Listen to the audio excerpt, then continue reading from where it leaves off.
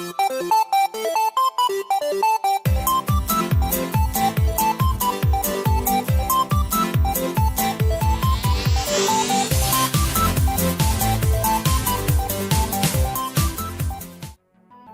guy, welcome to the AMIGArama podcast. I'm your host Lorfarius, and in this week's show, our 70th, we're going to be taking a look at Strider. We really are rolling through these shows now. I mean, it doesn't seem like that long ago we were pushing out the celebrations for the 50th episode. I mean, before I know it, we're going to be right up there to number 100. That's a long way off though, so let's try and do the best with what we've got now. Looking over this week's news, the first up I noticed was something on Everything Amiga, and it's a full video series about the classic Amiga 2000 computer. Now, a chap called Gary Hucker has been working on the system and effectively restoring it from, well, being busted and broken inside. He's done things like the hard drive and ripped it apart and explained the bits and bobs, and most of these episodes are about 40 minutes to an hour long. It's really interesting though, I'm completely hooked. I've never seen one of these systems in the flesh like this before, and it was really great just seeing someone tear it down and try and improve it and make it a better system and stuff. It's still an ongoing series, it's only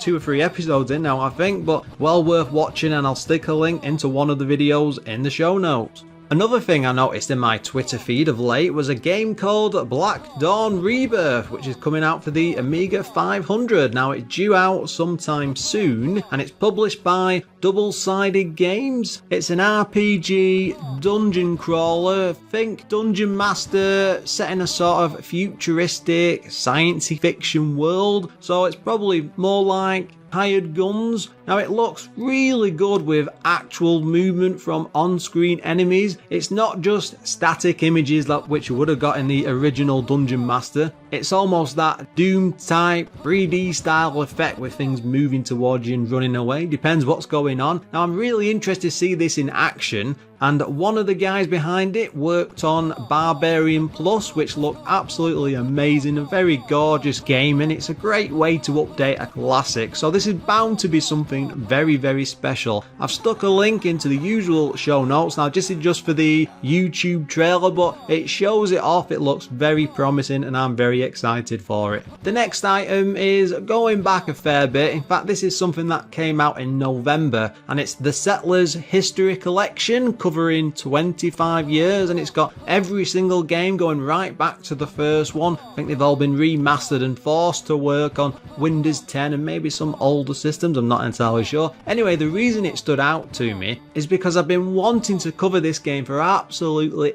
ages on the Amiga, but there's just been next to no detail about it. I mean, I've looked absolutely everywhere, and it was only thanks to the Amigos podcast, where they were recording a live chat that was done over in Amiga Island, that I was actually able to get some proper info, adding a bit more online digging that I've managed to do, and I promise this is going to make for a very special episode, though I can't actually say when I'm going to do it. I'll get it in there at some point in the near future. I did promise Chomla Speed though a fair old while ago that I would cover Theme Park, and I've been meaning to do this one for ages as well, and with this type of game you really need to sink a pile of time into it, so I'm going to line them up properly and probably do it over a few months though. It's episodes to look forward to, I promise guys. That's the last of the news though, so let's move over to this week's show.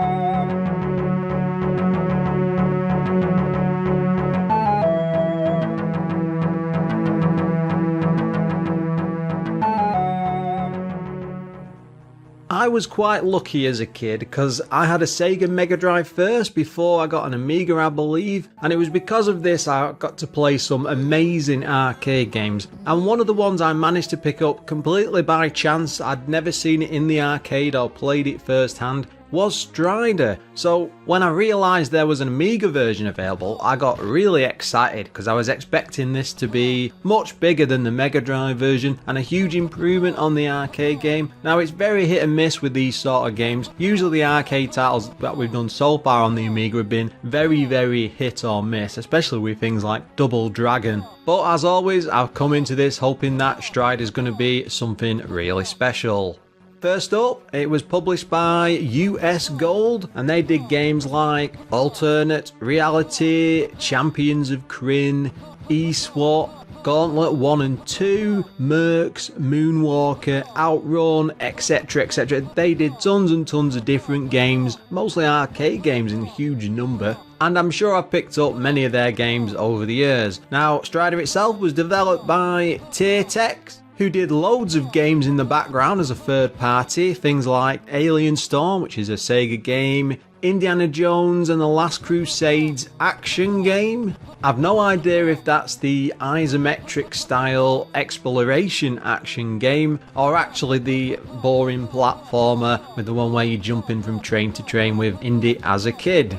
Alongside things like Mercs, Rolling Thunder, Street Fighter, Thunderblade, etc. They did loads of games. This was released in 1989 on just one old floppy disk, and it's a single player game. Now they priced it at £19.95, which is a bit lower than the usual price for these games because they're usually around about 25 quid. There was just one coder behind it all, and it was John Prince, who worked on Dynasty Wars, and that's not the PS2 sort of roaming exploring game, the Indiana Jones game again, and Last Duel, so not very many there. Graphics wise, we have Andrew Ingham, who did Airborne Ranger, Armageddon 2, something called Butcher Hill, that sounds like a strategy game, Leander, that's quite famous, the sequel to this, Strider 2, and Zone Warrior. I think I've seen that over on the NES. We also have James Clark, responsible for graphics. He's done things like Darkman, which is based on the Ocean movie game, Dynasty Wars, both involved in that, and UN Squadron. Next up for the music was Mike Davis. Now again, Dynasty Wars, that one keeps coming out. I should have had a look at that. I'm quite entertained by the name. Italy, 1990, I think that's a footy game. Mercs, UN Squadron, and World Class Soccer. There's loads and loads of football games to cover on the Amiga. I know a lot of them aren't very good, especially when you get up towards the top end of like Sensi and Goal and Kickoff. The others just never seem to hit that decent peak. We have people from all over the world listening to the show, so I always worry if I focus on too many football games, it'll just push people away. And we've already done 2 so far with Sensible World of Soccer and I believe Football Glory many moons ago. I'm always interested to hear your opinions, guys. If you want me to keep tackling these games, there's some big ones like Kickoff need serious attention. I'm absolutely rubbish at it, so I couldn't promise a good episode. Then again, I never can because I'm terrible at games in general. Just drop me a line and let me know. Let's have a look into some of the game's history. US Gold originally hired Teatex to cover a wide range of Strider ports. Yes, they didn't just do the Amiga one. Now, all were completely coded from scratch, with Capcom actually providing an original arcade cabinet for them to play. Ooh, lucky beggars. Which they used to play and take all of the graphics from. I'm assuming, I couldn't actually tell from what I read, they just recorded it with a camera and then worked out the game from that later. The Amiga version is quite a straightforward port job, so there's not really any exciting interviews, I'm afraid. I did look and I read several books and things, but even the US Gold book, there was next to nothing about this. It just stood out as a normal port. That doesn't necessarily mean the original arcade cabinet doesn't have an interesting story, so I think we're going to have a dig into that. Way back in the 80s, Capcom's Kushi Yotsui was responsible for the game's gameplay idea. He was taking a break on a rooftop when the door actually closed behind him, locking the poor bugger outside. Now, this is a time when mobile phones, of course, didn't exist and no one knew he was actually out there. Oh my god. He had no choice but to climb down the side of this big tower building to reach an emergency exit. And this in turn gave him the spark of an idea which he decided to use in the game. And luckily for him, Strider was really in its early stages, so to be able to incorporate his mad experience into what was actually happening in the game, it's not something I've really heard about before. Though I guess you've got to take inspiration from wherever you can get it from.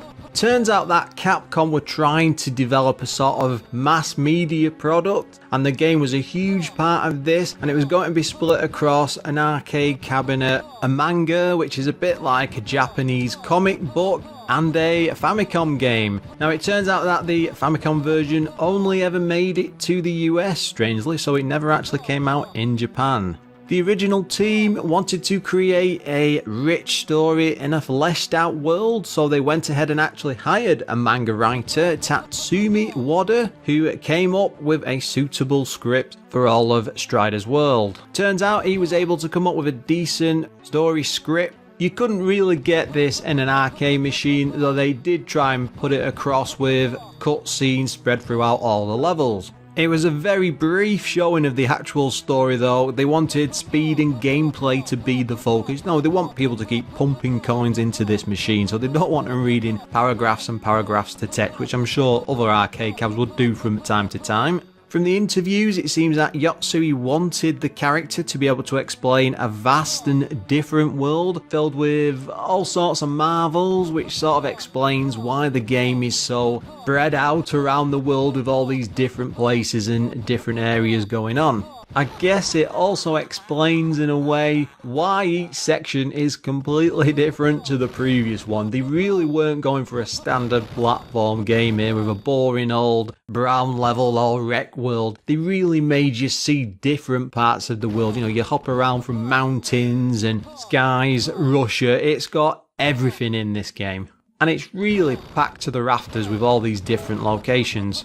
The game's villain, which I think is the Grandmaster, is pinched the right words, it was taken from Lord of the Rings, and some of the game's bosses are actually ideas developed from children's books of the time. Towards the end of the game, there is your typical boss rush where you have to keep facing them all over again. This was actually done to save on memory, but I guess they did up the difficulty a bit for that to make the actual game last longer, though it can be a bit of a slog. To develop the game, they used something called the CPS arcade board. Now this was actually quite new for the time. It was very complicated technology compared to what they'd been using before, and they did all they possibly could to test the boundaries of it, and it's because of this the game has so much animation for all the different characters. I'm not sure as much of that comes across to the Amiga version though, but the original arcade game had it all. This CPS board really was impressive. At the time, compared to other arcade games, Strider managed to squeeze in twice as much information as any other game, so it should really show what cutting edge tech it was. When it comes to things like the game's general design, things like the acrobatics and gymnastic skills actually came from Yotsui, who was a huge fan of skiing and diving at the time. Of course, he's much older now, and his love for rock climbing inspired the second level's actual mountain range. This guy sounds amazing, climbing buildings, going up mountains. What else has he been getting up to? When it came to the arcade cabinet's music, he states that Stravinsky's Rites of Spring was a huge inspiration. Now, the arcade game itself was in development for around 8 months, and it really sold well, which is why we got all the home ports. And for the Amiga port, when it came to Tiertex, it sold so well that they actually requested to make a sequel soon after. Luckily for them, Capcom did agree, though it never really sold anywhere near the numbers of the first one. Ports wise, this is a bit of a beast. It appeared on the CPC 464, the Atari ST and the E, Commodore 64, PC Engine, NES, PC, that'll have been a DOS version, Sega's Master System, and Mega Drive, Sharp X6800, the good old Speccy, and finally the PS1. The game's story is set in the year 2048, or is it 49? It doesn't actually say in the manual, though it does introduce you to it when you land at the beginning of the game. Now it says, as Strider, your task is to infiltrate the Russian Red Army and return enemy secrets to your superiors. Your mission begins in Red Square, and after fighting off KGB attacks there, you must battle your way to the snow-capped peaks of Siberia to confront both the elements and the enemy. If you survive this icy test, your orders are to proceed to the southern lowlands where jungle tribes lurk with spears and poisoned arrows, then return to Moscow to face the Grandmaster of the Red Army. The future of the Western world depends on your success in this ultimate confrontation. I don't think that's the grand story they were hinting at with the original arcade cabinet, though I guess they've squeezed in as much as they possibly could. The opening of the first level is set entirely of Russia, and you get that classic hang glider appearance where you float in from the left and just sort of land onto the main level with all the enemies coming at you. It's great that they've managed to capture this so perfectly, because it really is one of those standout intros in the arcade game. This is where it differs to the arcade though, because Strider himself isn't the biggest of sprites, and it seems a lot smaller than other ports that I've played on, yet it still does everything it can to have that arcade feel to it. Now along the bottom of the screen you can see score, time, lives, as well as your energy bar, nice and simple. All of that lasts for a few hits. There's also a nice piece of character artwork on either side, showing an enemy to the left and your hero Hiryu, or Hiryu, I'm not sure how to pronounce that, I always call him Strider. This is a platformer at heart, so it's quite straightforward and simple. The controls for Strider himself are as basic as you can get, with up for jump, fire to swing out his blade, and of course my favourite part of the entire game has to be the length of it, as the stronger it gets, the more and more of the screen it actually takes up, and you can really sling this out a fair old way. You can also stick to the walls and ceilings, and it's almost like you're skipping around a bit like Spider-Man. Now there's things like a robot who follows you around the levels, he's like a power-up, extended blades as pickups, all that stuff's here. It's all taken from the arcade game, though there's not many of them, and it's not too difficult to get past points if you lose any of them along the way. Now there's always a nice flood of enemies as you're going through the levels to keep you on your toes. Lots of these are sadly copy and paste jobbies, and none of them are over the top challenging. It's very easy to leap over and just slash them with your sword. They come across more as obstacles rather than anything you need to fight with, and it just means there's not much of a challenge as you're making your way around the levels. I am of course happy to say that all of the enemies from the main arcade game, as well as the level designs and the big bosses, have all come across, even if they're all a little diminished by the shrink of the sprites. This is just a straight port though, they haven't tried to expand the levels or do anything extra with it. It's very similar to what you see in the arcade, even if the levels are a bit less expansive in parts with the different types of platforms and whereabouts you can go, and it does feel a bit of a missed opportunity. Now it can take quite a while to master the actual levels, but once you've done that and spend a bit of time just exploring them and learning where all the different floors and the enemies are placed, because they're not wandering around, they're just on set paths. It's not too difficult to get through, and most players should be able to get through to the end. It's certainly not the biggest of games with its levels, though to be fair I do feel it's more about spectacle rather than exploring to get through the levels. Now I will say they've done a stellar job of bringing the arcade graphics across. All of the enemies are here, they look the way they should do, as do the levels themselves. Now as I said before, weirdly they've shrunk all of the main sprites, and it feels like it's a good third the size of the original, and for someone who's played a lot of parts of this, it really does stand out. The look also makes it feel a bit less acrobatic, because without the right size, which was always the draw of the arcade machine, it's just not got that same feel to it. Thankfully they managed to bring the huge swing of Hiryu's sword across, and it really does look the part as you're slashing this around. The grace and skill of the huge leaps are all here. Hero is quite acrobatic, and it's good to see him doing the large twirls and jumps through the air.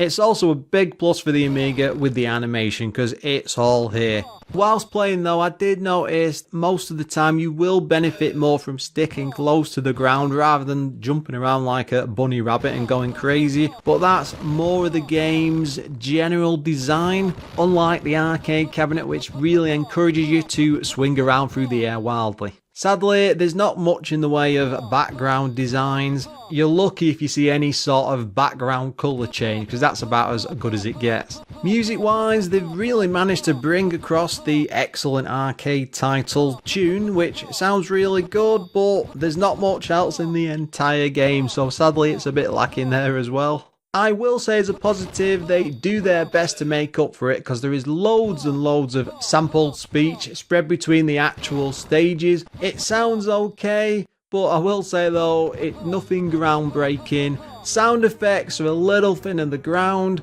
but most importantly, the blade effect is nigh on perfect. It seems to match the arcade sound, and it's very satisfying to swish that finger around and just hit enemies with it rapidly because it's like whoosh, whoosh. I know. See, I'm already getting a bit too excited.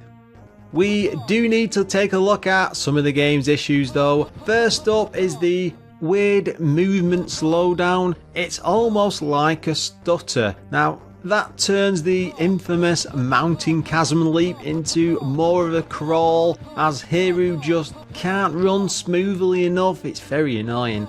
Though it does capture some of the fun arcade gameplay and Strider reacts well enough at least, but overall it's just very odd and I'm not sure why they went this way with the game. You will get used to it and you'll be able to get past it, but again I have to point it out because it is an issue. I have to say, the music is a bit of a poor showing, and the only saving grace for the entire game are the effects for that blade. Now, the arcade cab has some fantastic tunes that I really wanted to see. They suited the different parts of the world and the levels really well, and I really wanted to see them, but sadly there's just nothing there and it all feels a bit lacking.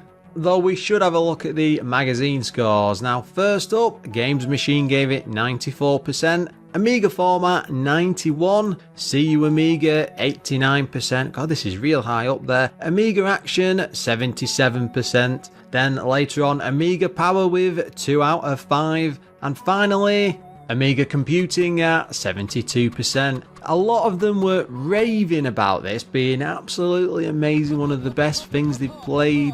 Some even saying that it's a really close arcade conversion, and it actually had me wondering if they were playing a different copy of the game, maybe some earlier port that was much better.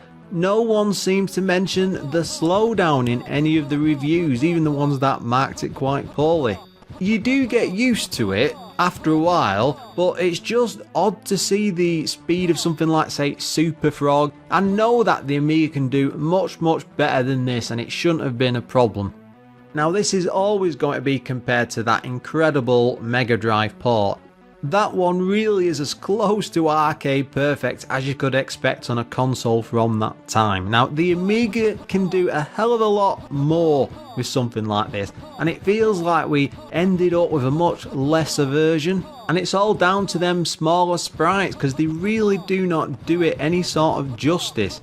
Yet, still, even with all of these problems, I just can't dislike it, which is very odd to say. There's just something about it that keeps you pressing on. I mean, I got really into this. I spent absolutely ages playing it through. The level design, the acrobatics, you know, they're all here with those brilliant boss fights. Even that chicken gorilla. But the blades swing out and the length of it and the way it can expand it to fill big chunks of the screen, absolutely awesome. I love that part of it.